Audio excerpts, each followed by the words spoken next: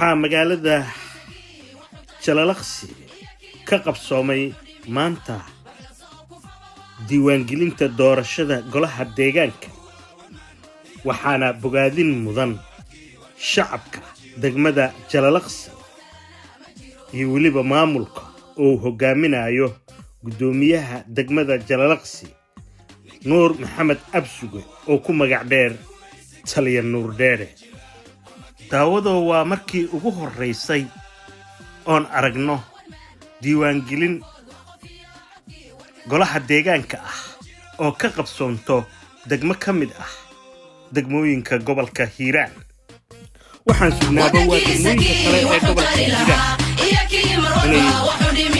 saalo u noqoto degmada Jalalaqsi ee gobolka Hiiraan وكلنا مجيرو